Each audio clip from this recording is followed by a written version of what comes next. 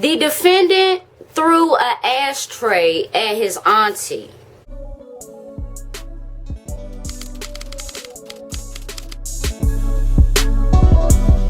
What's up, everybody? It's your girl B Octavia.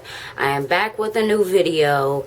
If you do not know me, I'm from Washington DC and I'm also an entrepreneur. Today's video is going to be something very heartfelt to me. Hopefully in the future I get to be involved with some organizations of domestic violence because I feel so strongly towards there being new and better laws that protect domestic violence victims. I want to talk about this because domestic violence is something that goes on in a lot of households in the DC area.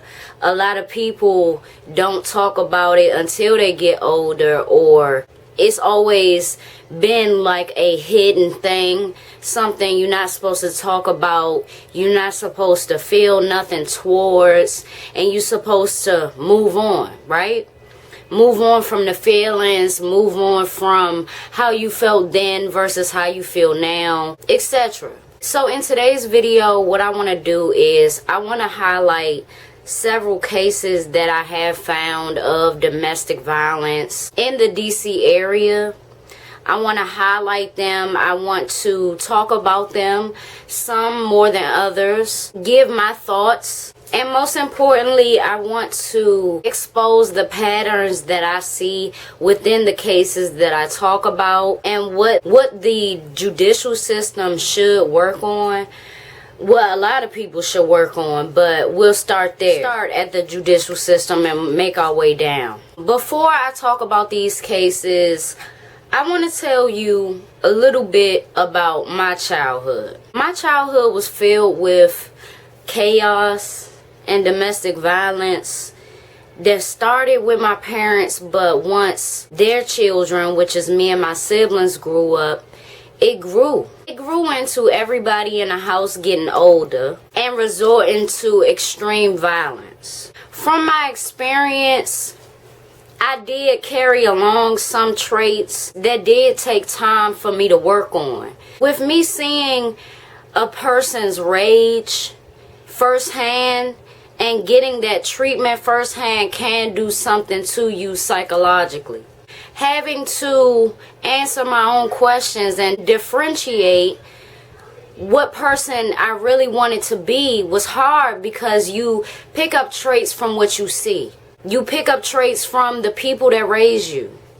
And they may be doing the best that they can, but sometimes a lot of parents still focus on a relationship, leads to blow-ups. You throw alcohol in there, leads to blow-ups.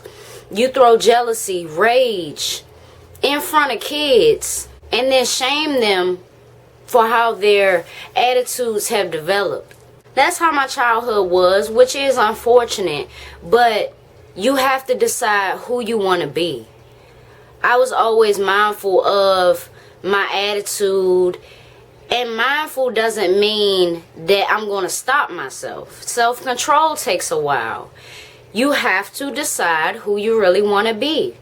Do you want to be the person that just blows up, throws things, damages your own property?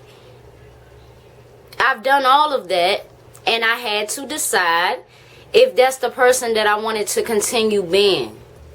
That's how you grow properly into an adult, and that's how you kind of break those generational curses that may arise. Because what a lot of people fail to realize is nothing is an excuse. A lot of people think that domestic violence is just man versus woman or woman versus man. You know, a married couple, a common law, common law folks, or whatever the case may be, girlfriend or boyfriend. When in all actuality, what you should think of as domestic violence is siblings versus parents. That can go really far.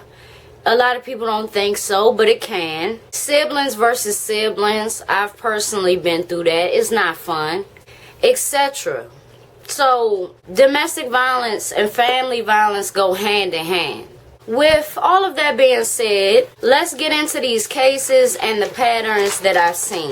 The first case that caught my eye was a domestic violence defendant who was sentenced to 2.5 years. And from what he did, I was shocked that he didn't get more time. This event occurred in 2019, and this defendant is just now being sentenced with this crime. So this is how it went. The defendant threw an ashtray at his auntie. Of course, we don't know what sparked all of this and what was the reason, but it's your auntie. The era I was raised in, I have never, in my almost 25 years of life, seen anything that disrespectful. I just haven't seen it. Of course, we don't know the context, but a victim is a victim. And I'm going to tell you how. Now, things may happen. Things have happened in my childhood, as I told y'all. But you gotta know some type of restraint. You gotta always remember that this is your family member. This is somebody who had some dealings in raising you. Is probably one of the reasons why you still alive and well, you know. They ain't say nothing about your mother, but they said something about you attacking your auntie. So, the attack did not stop there. And this is where I'll talk about restraint. The auntie tried escaping by running to her room. You know, he caught up to her. She wasn't able to push the door closed and locked it. He barged up in there, and the attack was continued. Like I told y'all, this incident happened in 2019, November of 2019. Just now being sentenced. He pleaded guilty, which does give, you know, some inkling of some type of remorse, and you owned up to it, whatever. But at the same time, I be feeling like inmates be wanting to shut the victims up and not give them the opportunity to share their side to the court of what happened and things like that. I would want to know what this lady has been through. Recovery, you know, being scared for her life. Has he kept the same energy with his, you know, attacking vibe for this whole 2 years? Has she been scared? Has she been waiting for this? Taking almost 2 years, it'll be 2 years in November, almost 2 years to sentence a person to 2.5 years is absolutely too long of a wait time. In scenarios like this, in DC, remorse is low, even if the person has attacked their family. If it's a young man versus his female elder, whether that be your mother, your auntie, your grandma, etc., he's seen this in his childhood. And what he did was, he has rationalized it to be okay. Rationalized this level of violence against women. 2.5 years is quite a few months. But in my opinion, it's not really long enough for them to get out and not want revenge or hold resentment. Now, the first unfortunate pattern that I see is that even though domestic crimes are very relevant in the district, these crimes often come with a fairly light sentence. The next case is a defendant gets sentenced to 16 months in jail for breaking a woman's jaw. Now, let me tell you what breaking a woman's jaw can do. If she a mother, recovering from that can take her away from her kids. Who gonna watch them, right? Break a woman's jaw, that's gonna take her away from her job. Who gonna pay the bills? Break a woman's jaw and you get 16 months in prison. That's nothing for you to get back out and potentially break somebody else's jaw. I can personally say I've known quite a few men to serve for domestic violence. Was it a long time ever? No. you get good behavior off of that 18 months, that's nothing. That's like one spring, one summer, one fall, one winter, until you get found again, and it's way worse. We've talked about cases such as the one that we talked about yesterday, Marcel Stewart. We've talked about the case of Dara Northern, and that has been ruled a domestic violence case that went too far. Time and time again, we talk about cases like this, but we as people have to learn from them, whether we are the aggressors or not, whether we are the aggressors or the victims in a scenario, the abuser versus the abused. Right now, I want to tell y'all the difference in DC as far as assault versus domestic violence goes. According to DC law, domestic violence is not a criminal charge within itself. The difference between the two usually depends on the classification of the crime that has been committed. As you know, domestic violence varies, and there are different types. There is control, physical abuse, sexual abuse, emotional abuse, plus intimidation, isolation, and verbal abuse. Examples of classifications to gauge the severity of a crime. Mild crimes, the least serious, you get infractions, violations, and you may have to pay a fine. A step higher than infractions and violations is misdemeanors, jail, probation, and a possible fine. The punishment increases based on if the crime is classified as a felony or a misdemeanor. From the outcome of these domestic violence cases, in the district, we can conclude that domestic and or family violence falls under misdemeanor charges. I can recall the case that I briefly spoke on before, and I read over it again, and it's involving a defendant getting 18 months for doing a whole lot. Accused of arson, threatening to kidnap/injure a person, and second-degree burglary, he was sentenced to 66 months for arson, 50 for suspended, which ends up being 12 months. Plus 6 months for second-degree burglary, plus 66 months for the threatening to kidnap/injure a person, 48 suspended, which is 18 months within itself. All sentences will run concurrent, but to me, it's really confusing. Is it really just 18 months in total? If I was the victim, I wouldn't know exactly when the fool would get out. Will it be shorter than 18 months from credits of time served? Because they did mention that it will be credits time served. Is that the suspended thing? But how is it 18 months?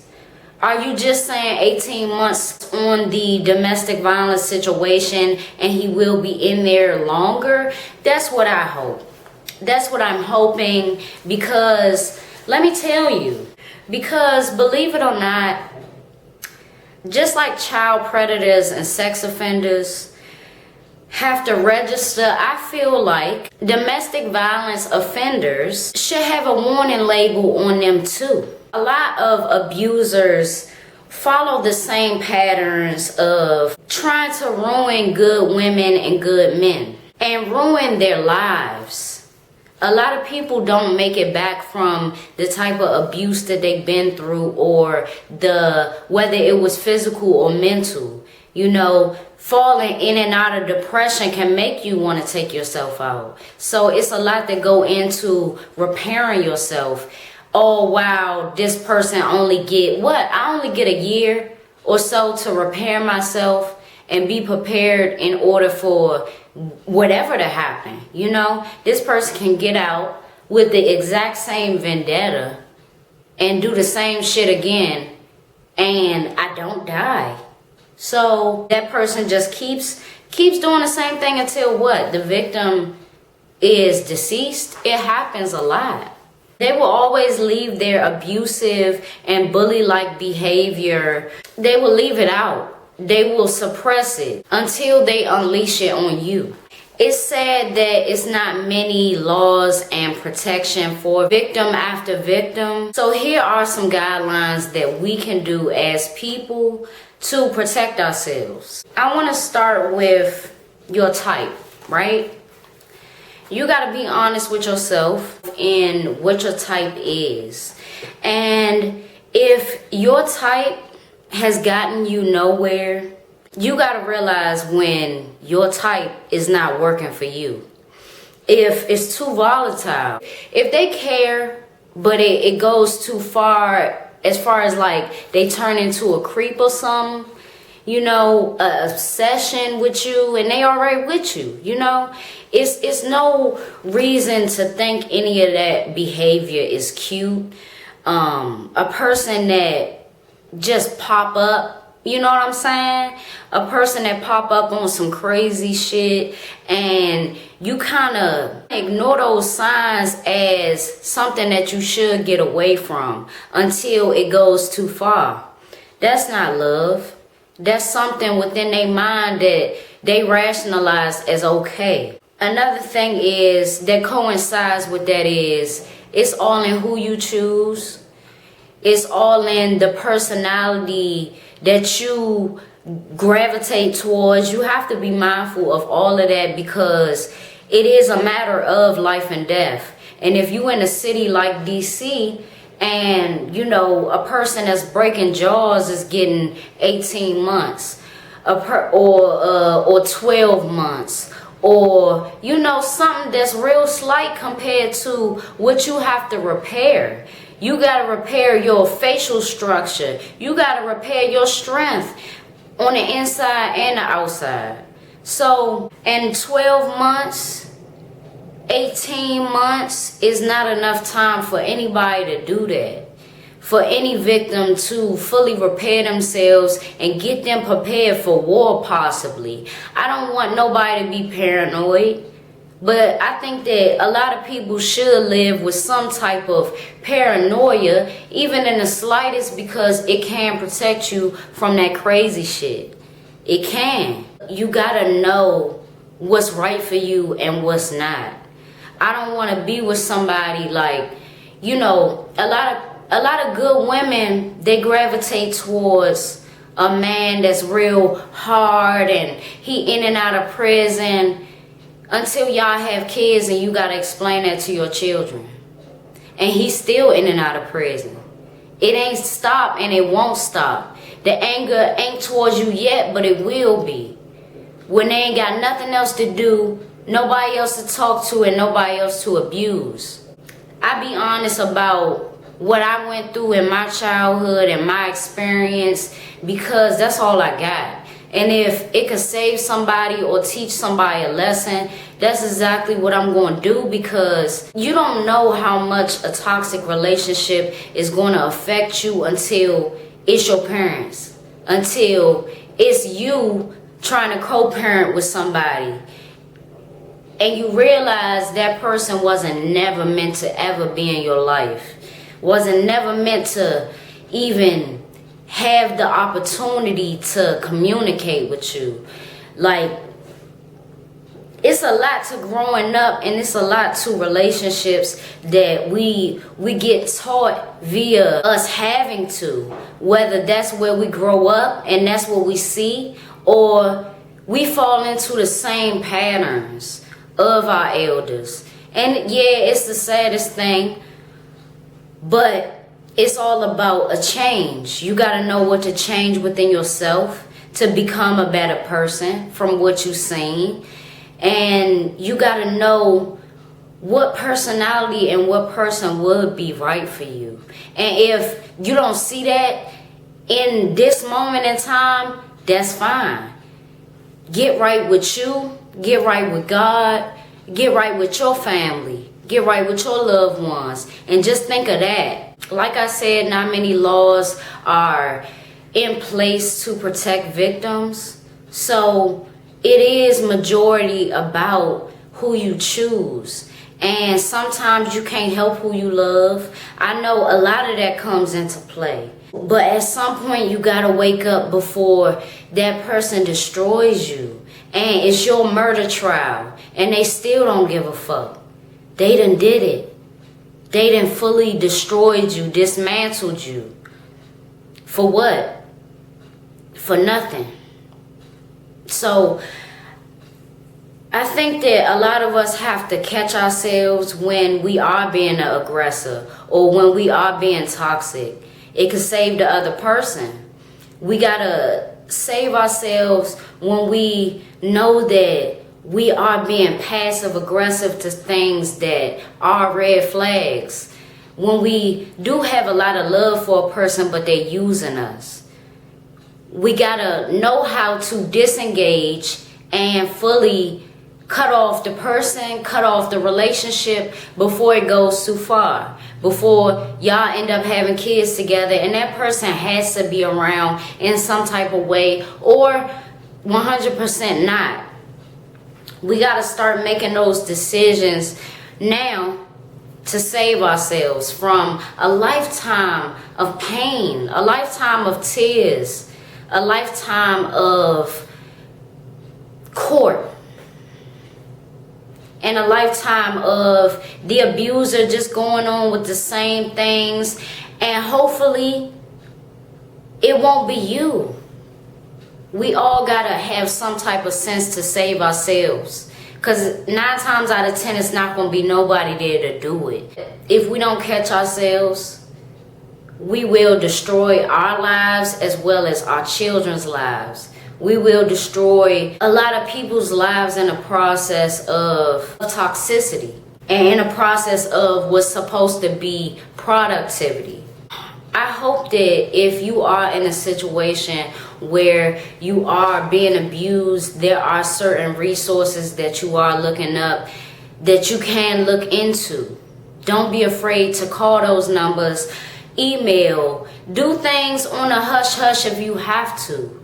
You know, get your kids out of that, because you don't want your kids to have no resentment towards you and look at you as a weak person for not standing up for yourself and for not getting them out of that situation.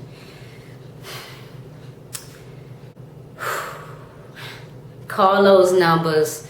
Please protect yourself. Do what you gotta do to live another day, because it's like that in the district. It could be a complete stranger that harms you and wants to kill you for no reason, but it could very well be a loved one that'll do it. Your husband, your boyfriend, your baby daddy, which ain't your boyfriend, so he need to leave you the fuck alone. But you know what? We gotta protect ourselves.